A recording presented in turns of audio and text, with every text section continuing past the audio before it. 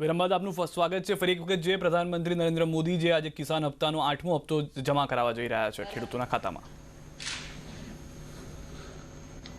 अरविंद जी, जी sir. ये PM किसान सम्मान निधि का जी देश के छोटे किसानों को जी बहुत लाभ हो रहा है जी सर। और मुझे बताया गया है कि आपके सामने भी कम जमीन की बहुत बड़ी समस्या थी। जी सर। अरविंद जी, आपने जैविक खेती की तरफ ही क्यों मुड़े और इससे आपके जीवन में क्या अंतर आया? जी सर, ग्रेजुएशन करने के बाद हमने अपनी खेती में कुछ नया करने के लिए सोचा था। तो उसी समय माननीय मुख्यमंत्री जी के द्वारा गंगा यात्रा चलाई जा रही थी, जिसमें हमने भाग लिया और आप भी माननीय अटल घाट पर आए हुए थे तब। उसके बाद कृषि विश्वविद्यालय कानपुर में हमने माननीय मुख्यमंत्री जी और माननीय राज्यपाल जी का जो जैविक खेती का प्रशिक्षण चल रहा था उसमें हमने भाग लिया और वहां से हमने प्रशिक्षण भी लिया सर।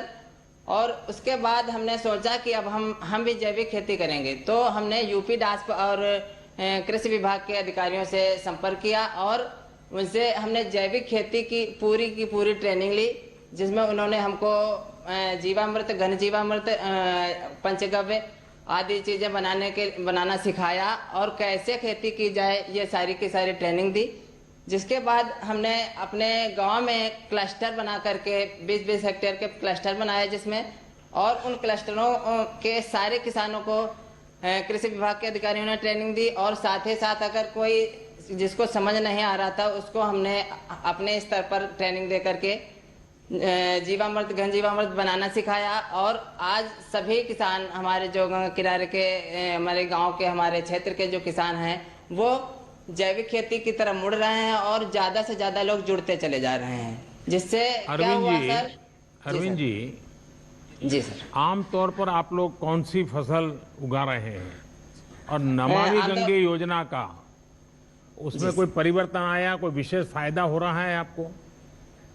जी सर, खासतौर पर हमारे यहाँ काला नमक चावल, मक्का और ये आलू गेहूं की फसलें होती हैं, जिसमें क्या है कि हमने एक एफपीओ भी बनाया हुआ है, जिसमें हम पैकेजिंग करते हैं ग्रेडिंग करा करके और उसकी ब्रांडिंग होती है। क्या क्या भरा है उसमें, क्या भरा है? सर मूंगफली है। अच्छा जी सर। एक सुझाव दूं अरविंद जी। जी सर। ये धीरे धीरे ये जो जी। सिंगल यूज प्लास्टिक उपयोग करते हैं ना, उसके बजाय जो आजकल अलग बहुत सी चीजें आती हैं जो डिग्रेडेबल होती है, तो क्या होगा, ये नमामि गंगे प्रोजेक्ट की जो मूल भावना है उसको भी आप बल दे पाएंगे। लेकिन मुझे अच्छा लगा कि दूर सुदूर इस प्रकार से उन्नाव में आप पैकेजिंग करके उस पर ब्रांडिंग करके आप अपनी जैविक चीजें बेच रहे हैं। हाँ, आगे बताइए। जी सर, इससे क्या लाभ हुआ है कि जो पहले जो विष युक्त खेती होती थी उससे बीमारियां अधिक बढ़ती थी और जो हम रसायन का प्रयोग करते थे वो सीधे जब बरसात होती थी तो बरसात के पानी के माध्यम से गंगा जी में मैया में पूरा जो जहर था वो चला जाता था। तो आज हम उसका प्रयोग नहीं कर रहे हैं, जिससे कि जो जहर है वो हमारी गंगा मैया में नहीं जा रहा है और हमारी गंगा मैया का जो स्वास्थ्य है वो सही चल रहा है सर।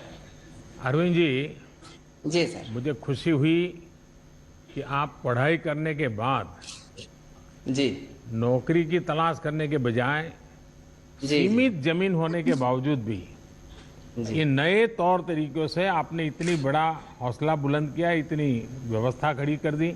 और इतना ही नहीं, सबसे बड़ी बात यह है कि आप अकेले नहीं, आप सबको ये चीज में जोड़ रहे हैं।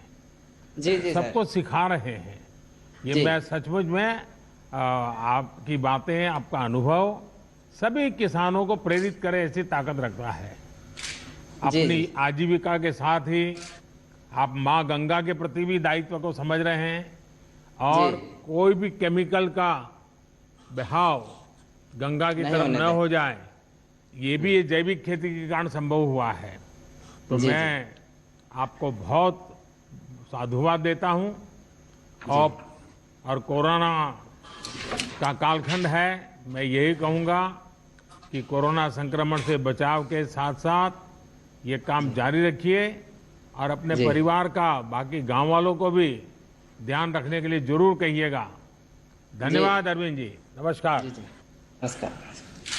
अब मैं आंध्र प्रदेश के अनंतपुरम जिले की श्रीमती एम वेणुअप्पा को आमंत्रित करूंगा, जो प्राकृतिक खेती के प्रसार की योजना की लाभार्थी हैं।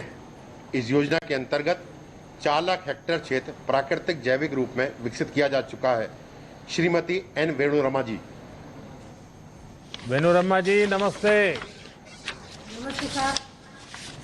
मुझे बताया गया है कि आपने अपने हौसले और मेहनत से बंजर जमीन को ही और उसमें ही आपने फसल उगा दी। ये आपने कैसे किया? मैं समझता हूं कि देश भर के किसानों को ये आपका अनुभव बहुत काम आएगा और वे भी जरूर आपकी बातें सुनना चाहेंगे। तो बताइए वेणुरमा जी। నమస్తే సార్, నా పేరు అన్నరమ్మ. మీతో మాట్లాడేకి నాకు చాలా సంతోషంగా ఉంది సార్. నాకు గవర్నమెంట్ 4 ఎకరాలు ఇచ్చింది సార్. గవర్నమెంట్ అసైన్ ల్యాండ్ భూమి 4 ఎకరాలు ఇచ్చింది. అది 10 ఏళ్ళ నుంచి బంజరు భూమి సార్. ఆ భూమిని ప్రకృతి వ్యవసాయం లాగా మార్చుకున్నారు సార్. చెప్పండి సార్. नमस्कार सर, मेरा नाम मनोरमा है। मेरे को राष्ट्र सरकार वालों ने ऐसे असाइन लैंड 4 एकड़ जमीन दी है सर। वो तो पिछले 10 वर्ष से वो बंजर जमीन है, सूखा खेत है सर। దాంట్లో 2 ఎకరాలు ప్రకృతి వ్యవసాయం చేశాను సార్. ప్రకృతి వ్యవసాయం చేసి నేను 1 ఎకరాకి 3 పంటలు పండించాను సార్. నవధాన్యాలు